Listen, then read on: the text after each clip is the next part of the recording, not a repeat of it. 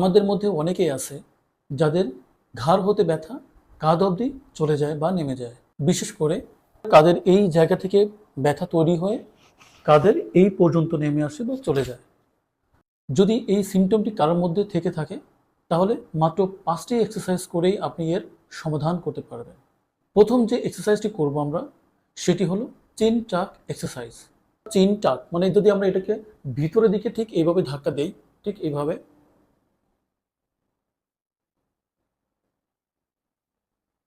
এখানে আমরা 10 second hold করে রাখবো। তখন আমাদের এইখানটায় ঠিক এইরকমভাবে গ্লাইড হবে।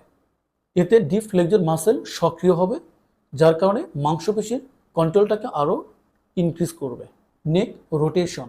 নেক রোটেশনটা আমরা এজন্যই করি যখন কাঁধে কোনো একটা প্রবলেম তৈরি হয় তখন সেই জায়গার বিশেষ করে এই যে মাংসপেশিগুলো আছে এই মাংসপেশিগুলো নিজে নিজে শাটডাউন করে দেয়, শক্ত হয়ে যায়। মানে হলো যাতে আমি আবার নতুন করে ইনজুরি ক্রিয়েট না করি বা নতুন করে ইনজুরি যাতে তৈরি না হয়, সেই জন্য এই মাংসপেশিগুলো এখানে শক্ত হয়ে যায়। ফলে আমাদের মাথা বা ঘাড় ঘোরাতে এইভাবে ঘোরাতে খুবই কষ্ট হয়।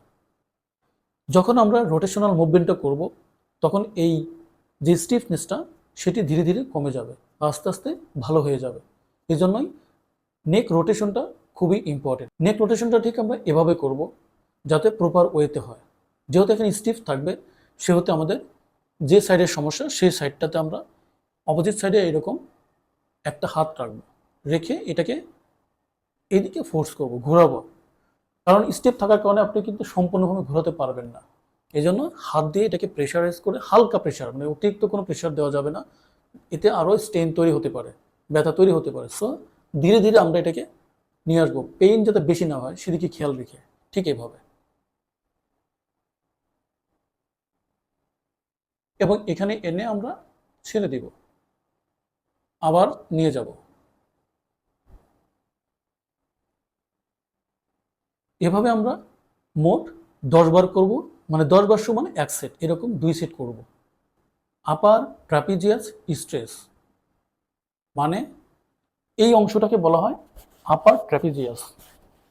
ট্রাপিজিয়াসটা হলো একটা বড় মাসেল, তো আমরা আপার মাসেলটাকে স্ট্রেস করব, কারণ এই আপার পার্টটাই নেক এবং আমাদের কাঁধের সাথে শোল্ডারের সাথে জড়িত। এজন্যই আপার যে ট্রাপিজিয়াসটা আছে সেটাকে আমরা স্ট্রেস করব। তো এটা স্ট্রেস করব আমরা কিভাবে?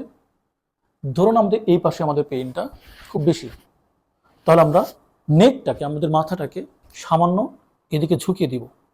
ঝুঁকিয়ে দেওয়ার পর এই হাতটাকে এদিকে আমরা নামিয়ে দিব। এই যে আমরা নামিয়ে দিলাম, এখন কিন্তু আমাদের এইখানটা আপার যে ট্র্যাপিজিয়াস আছে সেটা কিন্তু স্ট্রেস হচ্ছে। এই যে স্ট্রেস হচ্ছে এটাকে যদি আমরা আর একটু বাড়াতে চাই তাহলে অন্য হাত দিয়ে কাঁধের ঠিক এই পর্যন্ত নিয়ে হালকা করে, খুব বেশি না, হালকা করে নিচ দিকে একটু প্রেশার দেব। এখানে 10 সেকেন্ড হোল্ড করে রাখবো। এরপর আমি আবার আগের জায়গায় ফেরত চলে আসবো। এভাবে 10 বার করব, মানে 10 বার সমান 1 সেট, এরকম 2 সেট করব। লেভাটর মাসেল স্ট্রেস। লেভাটর মাসেলটি এখান থেকে তৈরি হয়ে এখানে এসে মিলিত হয়। তো কাঁধের যেহেতু কাঁধের অংশের সাথে মিলিত হয় সেক্ষেত্রে এটিও আমাদের গুরুত্ব সহকারে কাজ করতে হবে।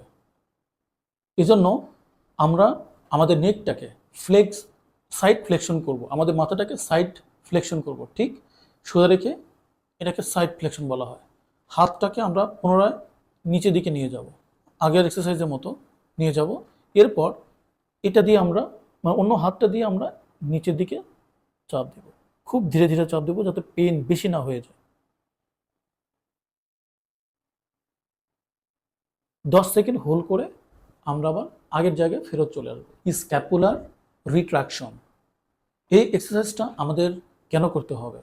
কারণ শোল্ডারে যখন ব্যথা হয় বা কাঁধ থেকে যখন শোল্ডারের দিকে ব্যথা নেমে যায় তখন আমাদের শোল্ডার যেহেতু মাংসপেশি দুর্বল থাকে, এর কারণে আমাদের কাঁধ কিন্তু অনেক সময় সামনের দিকে এরকম বাঁকা হয়ে যেতে পারে।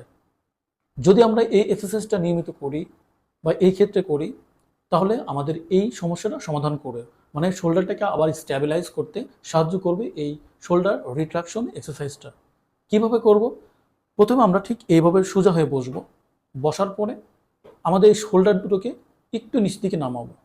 নামানোর পরে এইভাবে দুই দিকে হাতটাকে নিচের দিকে নামিয়ে দিয়ে পিছন দিকে আমরা আমাদের যে শোল্ডার ব্লেড আছে সেটাকে দুটো ব্লেড একেবারে ঠিক কাছাকাছি নিয়ে আসার চেষ্টা করব। এরকম করে আমরা 10 সেকেন্ড ধরে রাখবো এবং সামনের দিকে একটা স্ট্রেস ফিল হবে। যখন আপনি এটা করবেন তখন এই সামনের দিকে কিন্তু একটা স্ট্রেস ফিল হবে। এভাবে আমরা 10 সেকেন্ড হোল্ড করে রাখবো, তারপর আগের জায়গায় ফিরে চলে আসবো। এভাবে মোট 10 বার করব। 10 বার সমান 1 সেট, মোট 2 সেট করব। ওয়াল অ্যাঙ্গেল এক্সারসাইজ। ওয়াল অ্যাঙ্গেল এক্সারসাইজটি করার জন্য আমাকে দেওয়ালের সাথে পিঠটাকে ঠেকিয়ে দিতে হবে। এরপর আমাদের হাত যে সাইড প্রবলেম সেই সাইডটাকে উপরের দিকে তুলব এবং আবার ধীরে ধীরে নিচের দিকে নামাবো। এভাবে আমরা 10 বার করব, মোট 20 বার। এই এক্সারসাইজটি করলে আমাদের শোল্ডারের মাসেলটা আরও সক্রিয় হবে, বিশেষ করে শোল্ডারটা আরও স্ট্যাবিলাইজ হবে।